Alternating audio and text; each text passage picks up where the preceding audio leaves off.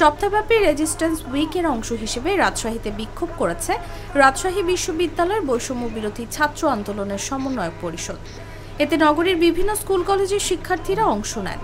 এ সময় 15 আগস্ট শিক্ষার্থীদের সজাগ থাকার আহ্বান জানান সমন্বয়করা। বুধবার নগরীর তালাইমারি মোড় এলাকায় বিকেল 4টায় এই কর্মসূচি পালিত হয়।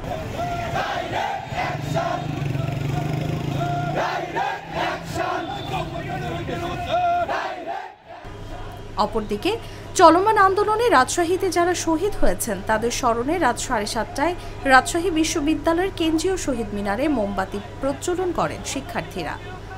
বৈষম্য বিরোধী ছাত্র আন্দোলনের সমন্বয়ক মেহেদী সজীব বলেন, 15 আগস্টকে কেন্দ্র করে আওয়ামী লীগ দেশে যে নৈরাজ্য সৃষ্টি করতে চাচ্ছে তা জনগণ বুঝে গেছে।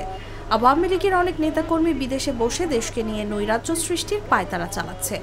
আমরা সবাই সতর্ক থেকে সেসব নৈরাজ্যকে রুখে দেব।